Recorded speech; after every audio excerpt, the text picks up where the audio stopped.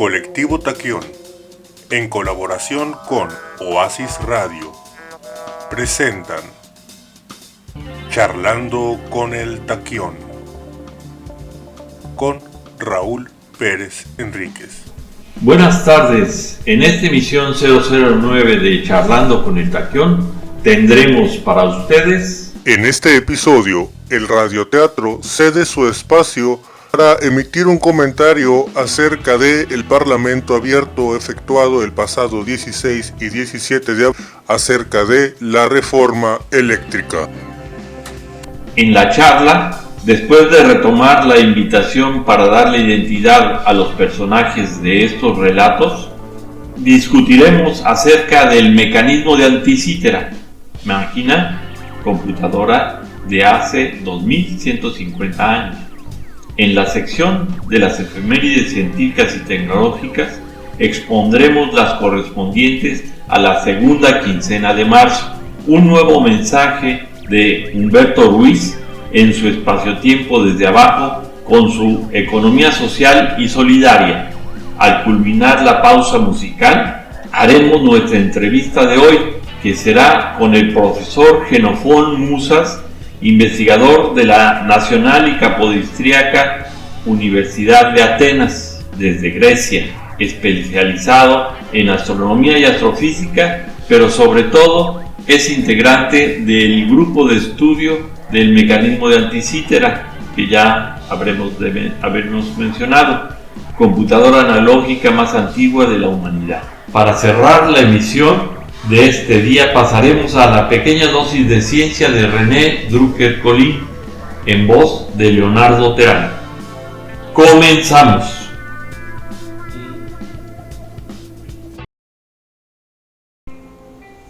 Hola, ¿qué tal?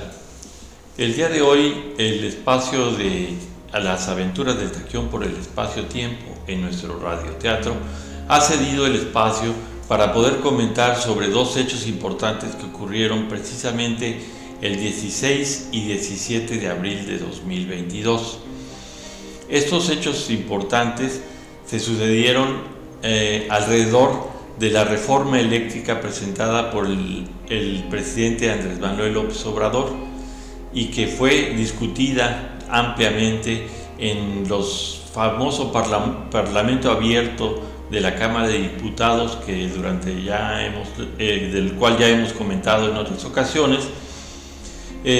Pues resulta que el día domingo 16 se realizó la discusión de esta iniciativa de ley, ya el dictamen de la Cámara de Diputados, en donde además de los puntos que ya traía la propuesta de reforma eléctrica del presidente, se añadieron 9 de los 12 puntos que apoyó, que propuso la oposición. Vamos contra México, porque así se llama ahora, porque fue lo que hicieron, ir contra México. Pero déjenme explicarles en qué consiste esto. La reforma eléctrica que se discutió ampliamente, y aquí dimos cuenta de esos debates, involucraba fundamentalmente un aspecto importante: la recuperación del dominio de la nación, la soberanía nacional en el sistema eléctrico mexicano y la recuperación del mercado eléctrico. Dos aspectos fundamentales que estaban detrás de esta iniciativa. Pues bien, en el debate de este domingo aparecieron de nueva cuenta los representantes de los partidos PRI, PAN, PRD y Movimiento Ciudadano para estar discutiendo y presentando los mismos argumentos que ya habían sido ampliamente discutidos y que fueron ampliamente rechazados en todas las sesiones de más de 40 foros, entre asambleas y foros de discusión del Parlamento abierto. Todas ellas quedaron dilucidadas, pues los diputados llegaron con estas propuestas. de nueva cuenta, con esos argumentos. Uno de ellos, y el más penoso de todos, fue presentado precisamente por el representante del PRD, que habla de que era la ley Bartlett. Según esto, se le iba a dar el poder a Bartlett.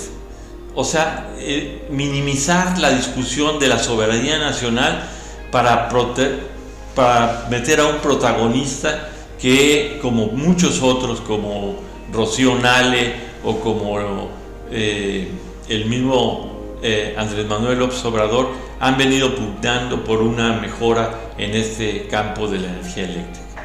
Entonces, esa pobreza de argumentos quedó perfectamente visible en todo el debate, que fue ríspido y lleno de interrupciones y de moderaciones, pero sin ninguna base, ninguna respuesta a los cuestionamientos que fueron clásicos: el autoabasto, la soberanía nacional, la falta de inversión privada en todos estos tiempos de la reforma energética del 2013, en fin, toda una serie de aspectos que quedaron perfectamente superados. Sin embargo, al final de la votación, cuando ya llegó el momento de la votación, esos partidos que no se pueden llamar partidos de interés nacional se agruparon en un frente en contra de la soberanía nacional y votaron en contra de la reforma eléctrica de Andrés Manuel López Obrador. Con ello, la mayoría ganó la votación, pero no una mayoría calificada como era necesario para que esto se convirtiera en ley y pudiera pasar a la Cámara de Senadores para su discusión y análisis. Así, este momento quedó plasmado ya como una verdadera traición a la patria por esos diputados que votaron en contra de la iniciativa. El día siguiente se abordó uno de los aspectos que también estaba en la iniciativa, pero que el presidente Andrés Manuel López Obrador mandó una alternativa de discusión, un decreto para nacionalizar el litio. La industria, no solamente nacionalizar el producto, el litio, sino hacerlo para el desarrollo nacional, con soberanía. Esto es algo no de la magnitud, podríamos decir, de la expropiación del petróleo, porque era una riqueza y era arrancársela a los extranjeros. En este caso es una recuperación para el dominio de la nación de un recurso que será estratégico en el área de la energía, el litio. Este mineral, este metal que será explotado, extraído, explotado y explorado únicamente por la nación, por mexicanos. Estos dos son los aspectos. Esto ocurrió el día 17, una, y el día 18 la nacionalización del litio.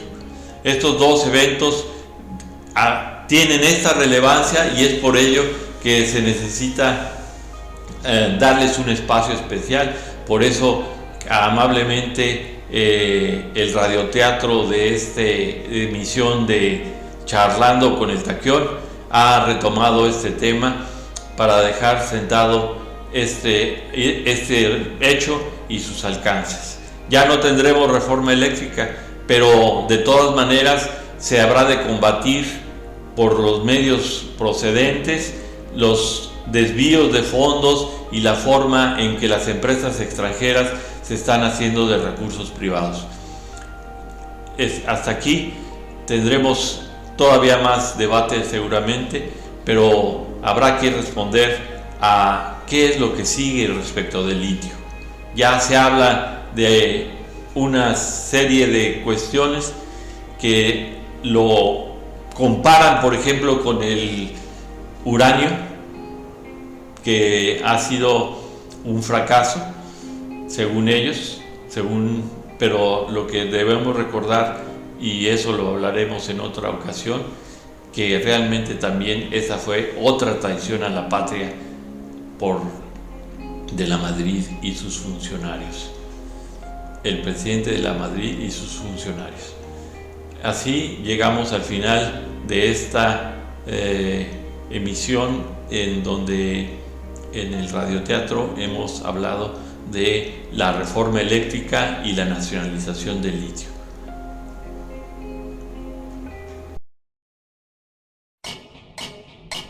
Hola amigas, amigos y amigues. Oasis Radio y Colectivo Taquión les invitan a participar en el siguiente sorteo. Dale identidad a los personajes de las aventuras del Taquión por el espacio-tiempo, en el que se sortearán 3 ejemplares del libro donados por la editorial Orfila Valentini. Para participar en el sorteo, hay que enviar un dibujo al correo eltaquionxxi@gmail.com antes de la emisión número 10 de este programa. Para participar en el sorteo, hay que enviar una ilustración de cualquiera de los personajes del radioteatro. Esto antes de la emisión número 10 del programa Charlando con el Taquión. Pueden enviar su dibujo al correo eltaquionxxi@gmail.com. El tipo de dibujo es abierto. Puedes escanearlo, fotografiarlo, puede ser una ilustración en crayola, en lápices de colores, en acuarelas, o bien utilizar métodos digitales como el formato en mapa de bits o vectores. Se sugiere que la ilustración la envíen en formato JPG, PNG o GIF. La lista de protagonistas de la historia la pueden encontrar en la descripción de este video, así como también los datos de esta convocatoria. Sin más por el momento, esperamos con ansias todos sus dibujos. Muchas gracias. ¡Nos vemos! Pues bien, una vez que hemos dado identidad a los personajes, pasaremos entonces en nuestra charla del día de hoy a platicar sobre el mecanismo de anticítera. Este mecanismo de anticítera es una reproducción de lo que podría haber sido una computadora analógica allá por el año 2150 años, hace tantos años. Este mecanismo, que está hecho de metal, los vestigios se encontraron en un naufragio que hubo cerca de la isla de Anticítera, una pequeña isla del mar de Egeo, que es donde está Grecia en nuestros mapas que podemos identificar. Este vestigio se encontró junto con monedas, recipientes conteniendo vinos y aceites, con estatuas, representaciones de filósofos, en fin, con una gran variedad de productos, incluyendo productos de cristal murano, como podrían ser vasijas o pequeños ceniceros, les diríamos el día de hoy, pero claro que no son de aquellos. Pero este mecanismo ha sido estudiado desde 1902, en que se colocó en el Museo Nacional de Arqueología de Atenas, y ha sido caracterizado y estudiado de manera sistemática por diferentes métodos. De ello, precisamente, hablaremos con el profesor Xenofón Musas, que desde Grecia nos dará unas palabras al respecto. Pero quisiera yo que situáramos un poco más este mecanismo. Este mecanismo de anticítera, que podría, como decía, ser una computadora analógica, tiene sus características de planetario y otras que nos dirán y ampliarán en la próxima entrevista. quisiera finalizar este comentario y diciendo de que en nuestra Universidad de Sonora estamos haciendo el esfuerzo para tener un mecanismo de anticítera monumental, y para ello está la universidad en colaboración con la Universidad de Atenas, que ya mencioné, y con la empresa Relojes Olvera tercera generación, que se especializa en relojes de este tamaño, monumentales. Eso es todo. Muchas gracias. Volando bajo, mi amor está por los suelos, y tú tan alto, mirando mis desconsuelos. ¿Qué tal, amigas, amigos? Los saludo en una emisión más de Charlando con el Taquión. En esta sección, desde abajo, vamos a platicarles un poco de la economía social y solidaria, tomando como ejemplo el del Tianguis Purépecha.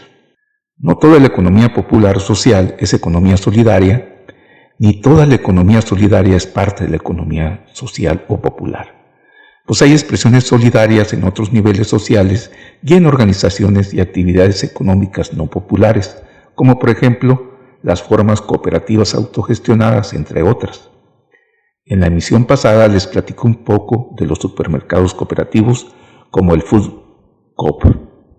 Hoy me referiré al Tianguis Purépecha en el estado de Michoacán. Esta experiencia tiene más de 50 años y recupera una tradición del México prehispánico. Tianguis proviene de tianquistlil, un término que se usaba para denominar al lugar de intercambio de productos, es decir, al mercado. El trueque entre los purépechas se realizaba en los lugares más importantes de su territorio, tales como Zacapu, Tzintzuntzan, Erongarícuaro y Pátzcuaro, donde intercambiaban de manera directa, como hasta hoy, animales domésticos, productos agrícolas como el maíz, artesanías, utensilios, comidas típicas, etc. El Tianguis Purépecha tiene dos modalidades: una fija, que se realiza en Pátzcuaro 2 veces por semana, denominado Tianguis Purépecha, fijo, y el Tianguis Purépecha itinerante, que surgió en 1994 como un modo de defensa en respuesta al Tratado de Libre Comercio con América del Norte, para evitar el aniquilamiento de las artesanías y productos nativos y aminorar los estragos de la crisis económica de esos años. El Tianguis Purépecha es un espacio donde se encuentran para convivir y compartir sus cosas, donde se les da el valor a las personas y a los productos, un lugar de intercambio, de trueque, pues no se necesita dinero para poder dar y adquirir los productos, donde no existen los intermediarios, por tanto las ganancias quedan en la propia comunidad. Un lugar donde se intercambian experiencias, conocimientos y trabajo. Prevalece la confianza, es decir, que los intercambios se realizan sin malicia y sin ventaja de uno sobre el otro, donde hay intercambio de productor a productor, donde no cuenta más lo que vale el producto, sino la ayuda que significa para el hermano o para la hermana, donde sí tiene acceso la gente necesitada. En el Tianguis Purépecha itinerante participan 10 comunidades indígenas pertenecientes a los municipios de Erongarícuaro, Tzintzuntzan, Pátzcuaro y Quiroga. Se realiza cada 15 días, el día domingo en una comunidad sede, la cual espera a las personas que participarán con sus productos, dándoles un desayuno como muestra de hospitalidad y de agrado por la visita a dicha comunidad. También la comunidad sede nombra a una persona como secretaria o secretario para que pase lista y así tener un control de quiénes están participando, de qué comunidades provienen y qué productos ofrecen para posteriormente hacer una evaluación sobre el desarrollo del proceso. El lema del Tianguis es Mojtakuntani, que significa intercambiemos como hermanos.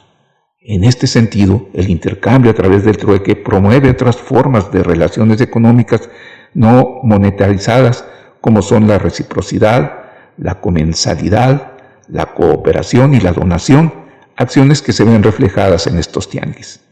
La producción e intercambio horizontal y la distancia de recorrido de los productos, que es relativamente muy corta, nos muestra una economía más sustentable en lo ambiental, pues se trata de un abastecimiento local, menores costos para su circulación, consumo y disposición final de los residuos más inmediatos, que en su mayoría son orgánicos y fácilmente compostables, en localidades cercanas a donde fueron adquiridas y que suelen reciclar sus desechos. En suma, se intercambian recursos y bienes de la región, nativos, endémicos y exóticos, o traídos de otras regiones, que han sido aprovechados y manejadas por décadas o siglos por personas que en su mayoría provienen de pueblos originarios.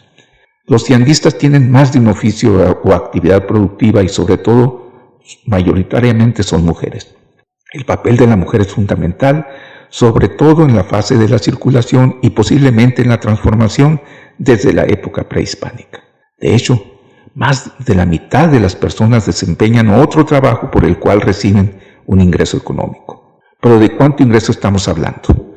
En el año 2016 se calculó que el 50% de los tianguistas de Pátzcuaro recibían como salario unos $10 a la semana, menos de 200 pesos.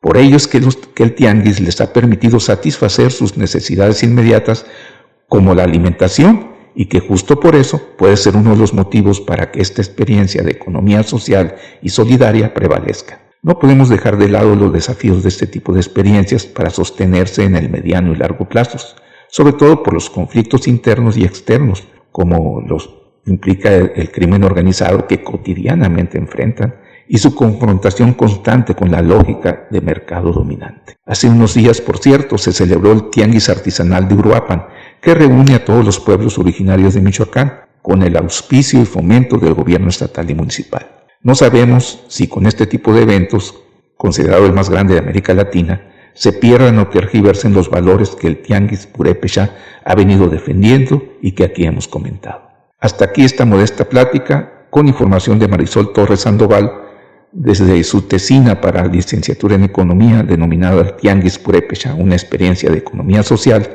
de la Facultad de Economía Vasco de Quiroga, de la Universidad Michoacana de San Nicolás de Hidalgo, México, octubre de 2008. Aprovecho para felicitar con visión solidaria al 1,000,000 y poco más de ciudadanas y ciudadanos que, pese a las engañosas campañas en contra, a la propia desinformación y resistencia del INE, decidieron por manifestarse por revocar la gestión del presidente de México, cumpliendo con su deber cívico de votar en la histórica consulta por la revocación de mandato, este 10 de abril pasado. Ello abona claramente a un ejercicio de participación democrática inédito en nuestro país. Así, entre consensos y disensos, con plena libertad, se construye en una nación con visión democrática, donde los pueblos que la conforman se unen generosamente en la decisión de su destino. Pero seguiremos charlando con el Taquión desde abajo. Hasta la próxima. Oasis, Radio Ciudadana. Arte y cultura para el pueblo.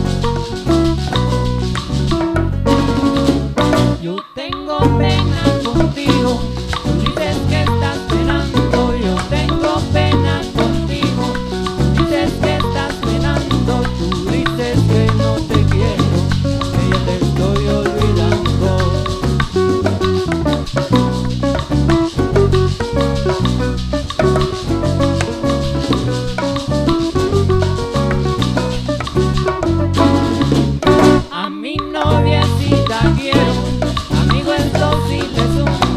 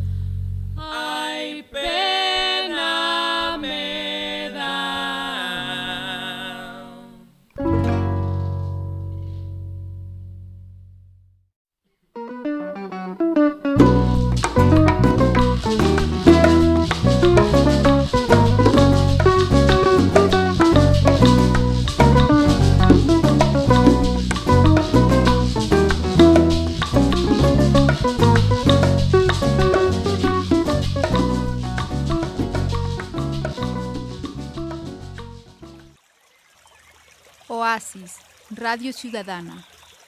Arte y cultura para el pueblo. Ha llegado el momento de recordar hechos, ideas y autores en nuestra sección de las efemérides científicas y tecnológicas para esta segunda quincena de marzo.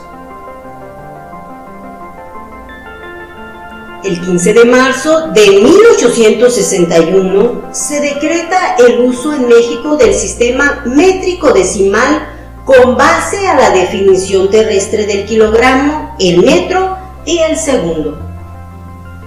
El mismo día, pero de 1916, el general Pershing, al frente de la expedición punitiva, entra en territorio mexicano para tratar de capturar a Francisco Villa por haber atacado Columbus semanas atrás. La incursión es un fracaso para los Estados Unidos. El 18 de marzo de 1938, el presidente Lázaro Cárdenas decreta la expropiación de la industria petrolera en respuesta al desacato de las empresas petroleras extranjeras a una resolución de la Suprema Corte de Justicia de la Nación. La bandera nacional deberá izarse a toda asta en esta fecha. El 21 de marzo de 1685 nace Johann Sebastian Bach, el músico más completo de la historia.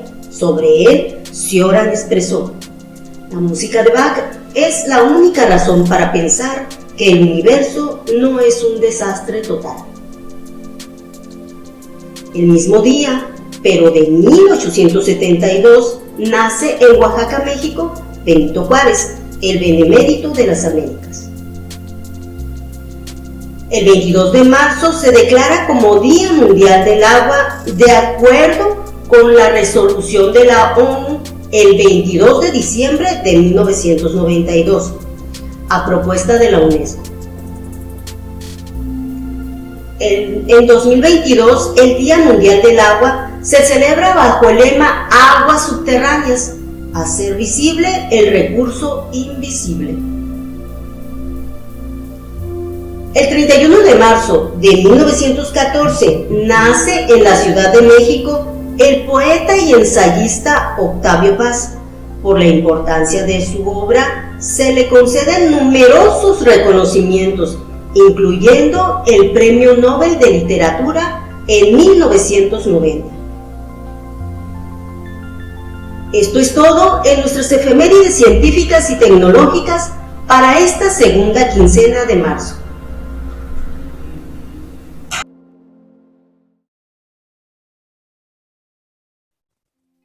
Hemos llegado al momento de nuestra entrevista en esta emisión de Charlando con el Taquión. El día de hoy tenemos con nosotros al profesor Xenofón Musas de la Universidad Nacional y Capodiciaca de Atenas, en Grecia. El profesor Musas es un distinguido investigador en astronomía y astrofísica y uno de los más comprometidos investigadores que se dedican al estudio, comprensión y promoción del conocido mecanismo de Anticítera. Esta, que podría ser la computadora analógica más antigua de la historia de la humanidad, está por cumplir 2150 años de antigüedad y 120 años desde que fue su descubrimiento en los restos de un naufragio allá en la isla de Antiquítera. De los esfuerzos por entender y descifrar su funcionamiento, esto se ha hecho a lo largo de estos años. En nuestra conversación, el mecanismo de Anticítera, un magnífico planetario y mucho más, trataremos de que el profesor Musas nos explique algunas de las técnicas y procesos que han llevado a la versión actual del mecanismo. Buenas tardes, Xenofón. Buenas tardes. Could you please tell us... perdón, voy a hablar en español y tú vas contestando, por favor. Xenofón, ¿podrías describirnos brevemente el mecanismo de Anticítera? ¿Cuáles son sus características?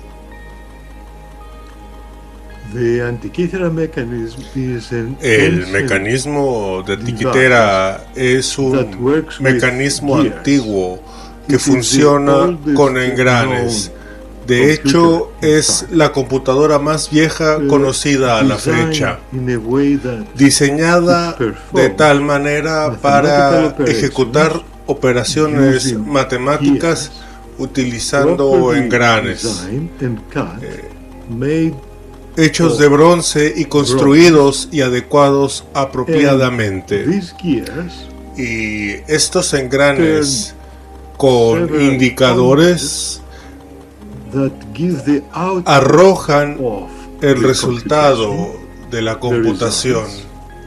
El resultado no se proyecta a una pantalla electrónica como en los dispositivos que tenemos en la actualidad, pero con escalas circulares y en espiral, divididas de manera adecuada a la vista del usuario. Por ejemplo, indican dónde se encuentra el sol el día de hoy a las 10 de la mañana o a las 11 o a cualquier hora o en 10 días y los siguientes. También las posiciones de la luna, sus fases y como sabemos, por ejemplo, si hoy es el último día, digamos, el último día del mes lunar, entonces mañana tendremos luna nueva y la luna llena se presentará en 15 días y así también calculaba con sus engranes y mostraba la posición de los planetas, de los 5 planetas que eran conocidos al momento en que se construyó la máquina.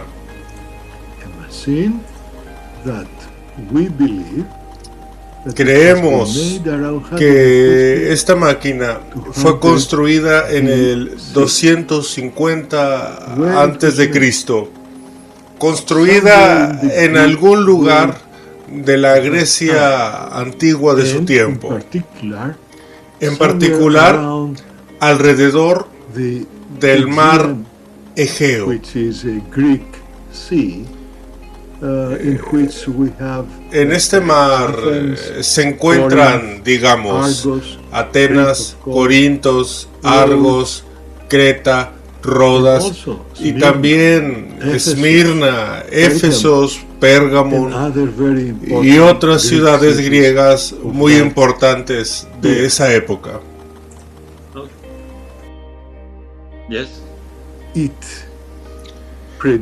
Este predice además eclipses lunares y solares.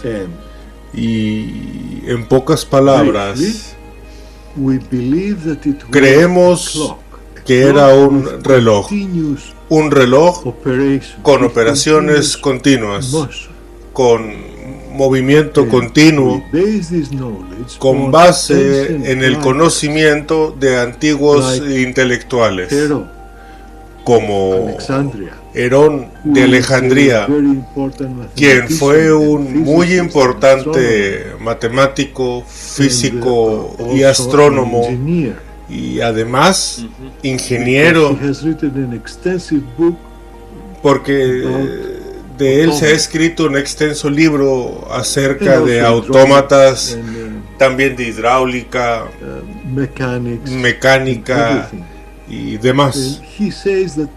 Y así, pues este tipo de máquinas se han mostrado continua y repetidamente por distintos autores en otros momentos. ¿Podrías explicarnos de estas propiedades como predictor de eclipses o otras propiedades?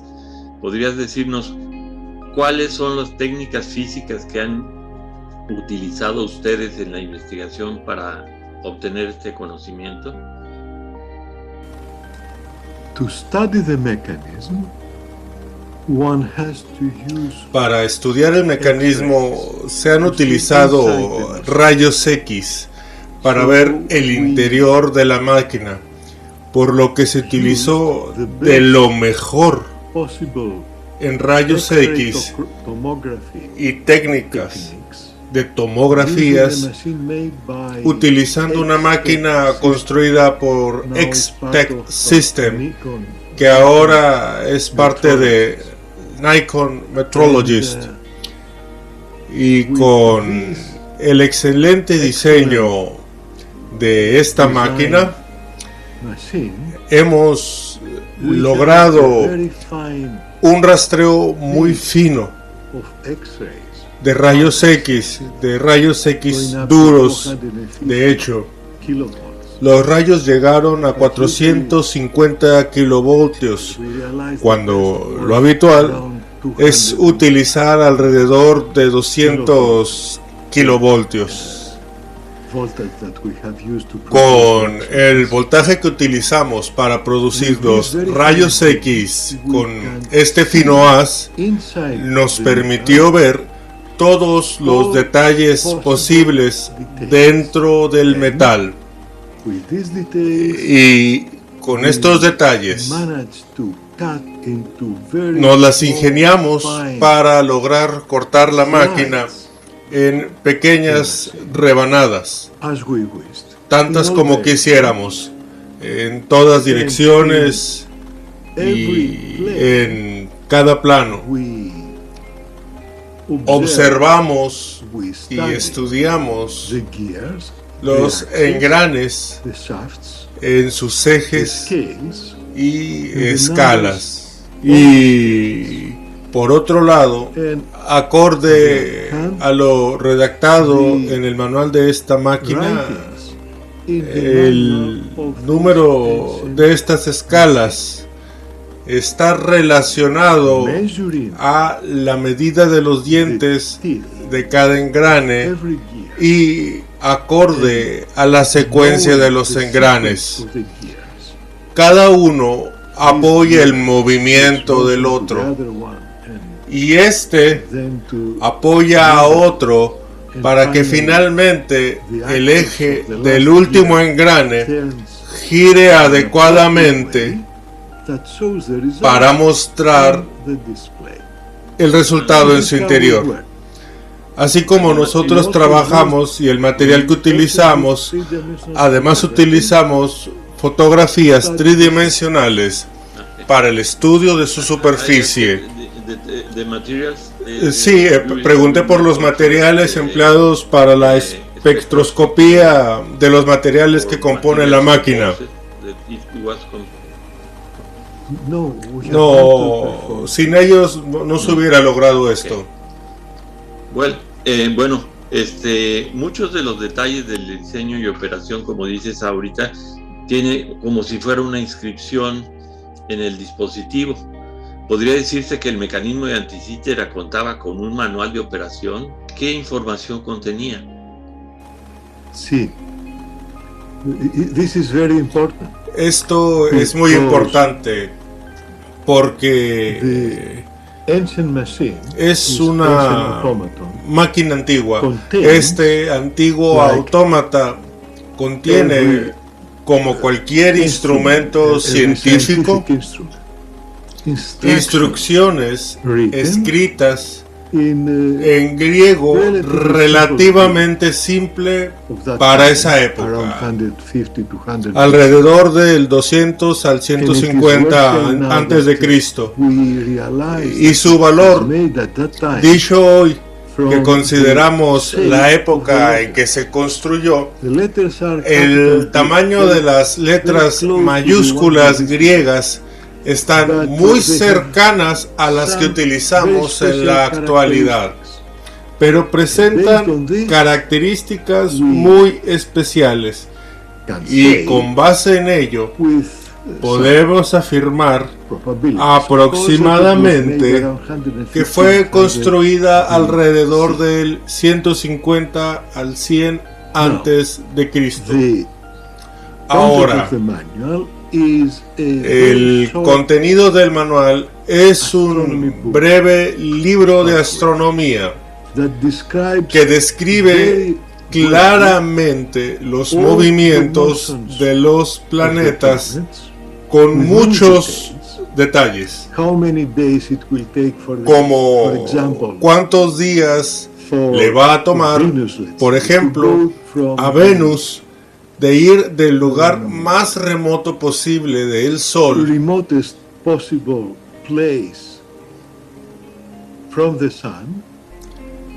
hasta estar tan próximo de él que desaparece. Porque cuando está muy cerca de él es invisible. Además de decir cuántos días le tomará a Venus regresar al mismo punto de partida. También indica, por ejemplo, los grados en que se encuentra el Sol por la mañana o por la tarde.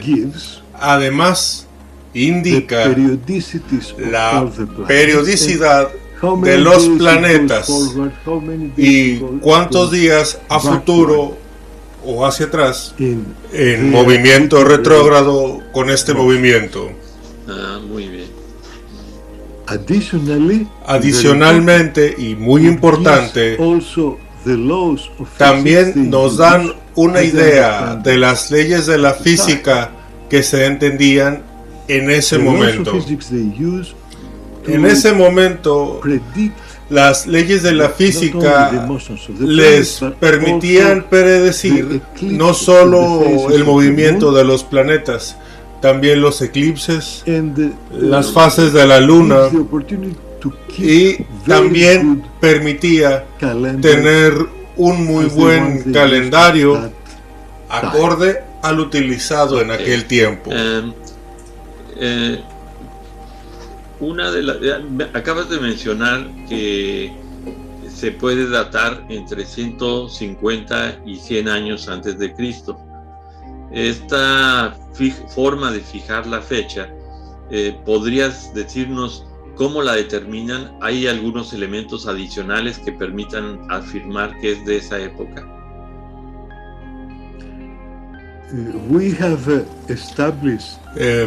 Hemos establecido la fecha de construcción de la máquina en ese periodo, comprendido entre el 200 y el 150 antes de Cristo.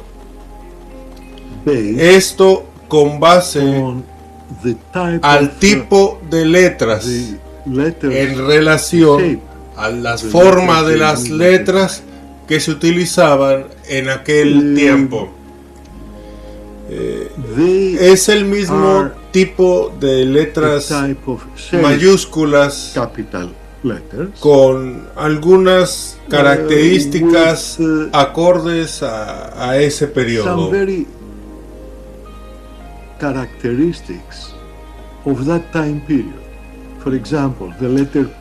Por ejemplo, la letra Pi tiene la pata derecha más corta que la izquierda. También la letra Mi, la M, tiene líneas verticales, no exactamente paralelas, están ligeramente inclinadas.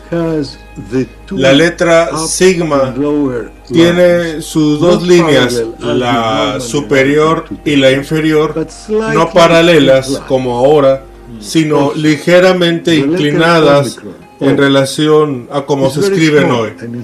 Además, la letra Omicron es muy pequeña. De hecho, la palabra Omicron significa O pequeña. Y la letra Omega tiene dos líneas abajo, no siempre horizontales, pero sí ligeramente inclinadas. Esto ocurría aproximadamente en el 150 antes de Cristo. Por ejemplo, para continuar, la letra Phi tiene características muy especiales y podríamos seguir. Tengo entendido que las monedas que se encontraron, porque se encontraron con muchas cosas en el naufragio, there are coins and other materials found in the shipwreck that can follow help to find this date. Yes, this helps us to Sí, know when esto nos ayudó a conocer cuándo se hundió el barco, the coins y las monedas corresponden al periodo entre el 80 y 60 antes de Cristo. all the material Quizás todos los materiales sean antes del, digamos, del 70 antes de Cristo o del siglo IV. Now, this means that, También aplica que hay estatuas muy preciosas encontradas en el hundimiento del barco. Probablemente miden más de 60 metros de largo. Es en realidad un museo flotante con objetos que iban de Grecia a Roma, en general a Italia, que se hundieron entre el 80 y 60 antes de Cristo. Era un evento de esa naturaleza. Casi hemos llegado al final de nuestra entrevista, Xenofón. Sí. Te agradezco tu apoyo para este programa de Charlando con el Taquión. Pero ¿podrías enviar algún mensaje para la gente de Sonora, acá de Hermosillo?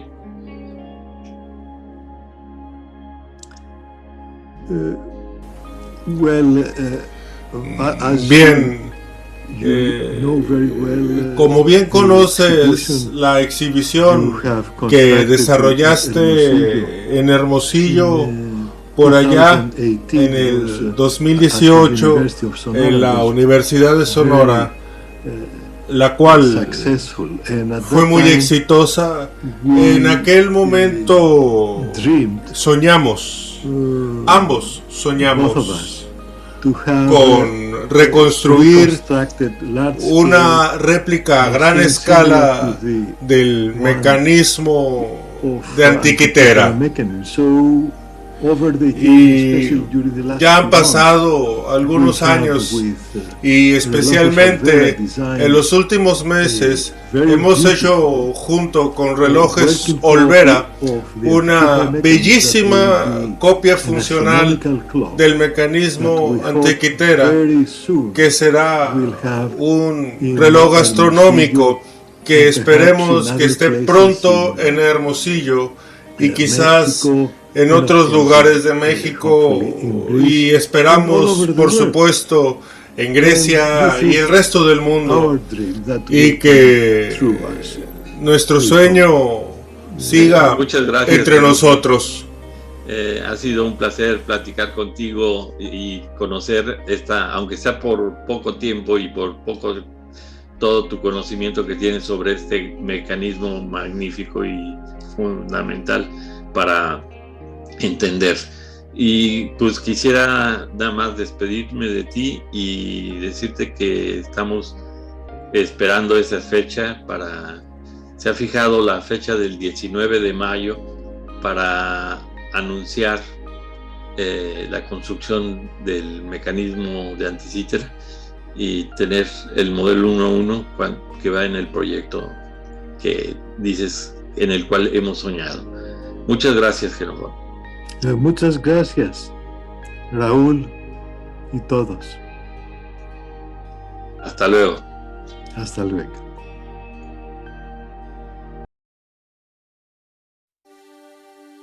René Drucker Colín y sus pequeñas dosis de ciencia. Las pequeñas dosis de ciencia fue un espacio para la divulgación científica que la Coordinación de la Investigación Científica de la UNAM preparaba y distribuía. Fueron breves cápsulas de radio a voz del entrañable doctor René Drucker Colín, quien hasta su fallecimiento en septiembre del 2017 estuvo apoyando el movimiento que llevaría a la presidencia de la República a Andrés Manuel López Obrador. En su memoria nos permitimos reproducir una parte de su gran acervo de divulgación científica.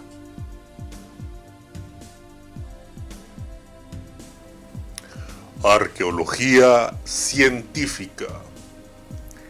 Hasta hace poco tiempo, cuando un arqueólogo se decidía a buscar evidencia sobre la existencia de una antigua cultura, siempre a partir de relatos históricos, el éxito de su proyecto de investigación dependía en buena medida de la autenticidad de dichas fuentes históricas.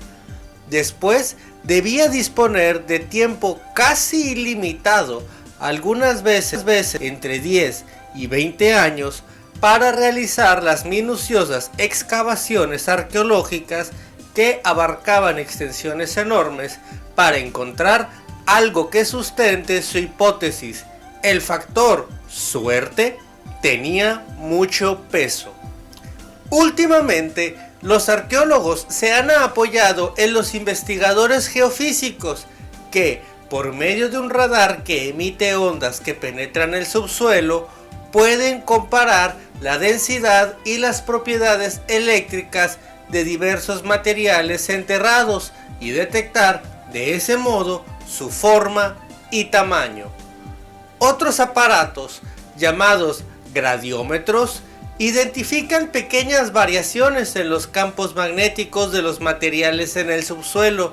Con base en ese sistema, es posible prever de qué están hechos algunos objetos.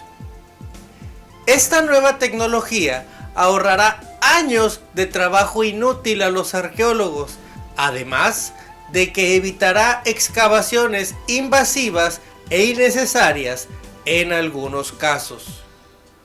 Por medio de estos aparatos, los arqueólogos han aprendido mucho sobre sitios en donde florecieron antiguas culturas. Más interesante aún es que también pueden suministrar datos sobre historia más reciente. Un ejemplo es la exploración que se llevó a cabo con este radar en un acantilado en Normandía, en donde desembarcaron los aliados en junio de 1944. Con ello, se han podido conocer datos de la tecnología militar de los nazis, de la cual se tenía una documentación muy escasa. No cabe duda que la geofísica le ofrece hoy a la arqueología herramientas invaluables para sus investigaciones. Nota del taquión. Ejemplos recientes de estos métodos de investigación son los descubrimientos realizados en el año 2018 de un cenote debajo de la pirámide de Kukulcán en Chichén Itzá. Otro caso es el uso de la tomografía computarizada para desentrañar las características de diseño del mecanismo de Antiquitera. Hasta aquí, unas pequeñas dosis de ciencia.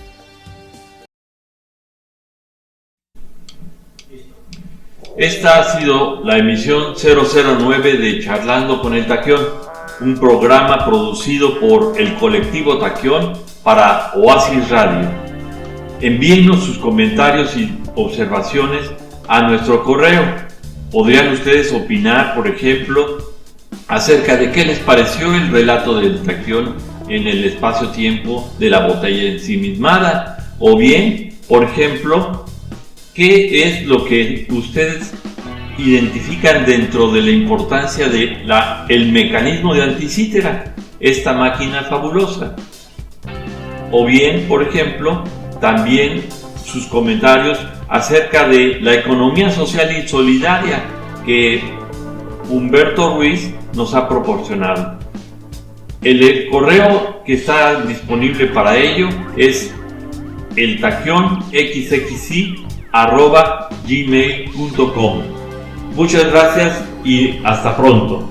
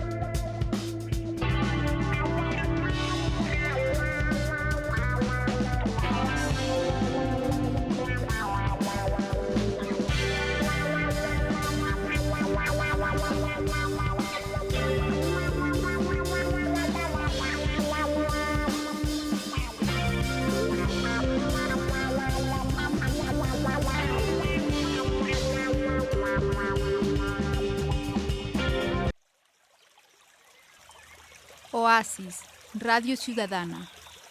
Arte y cultura para el pueblo.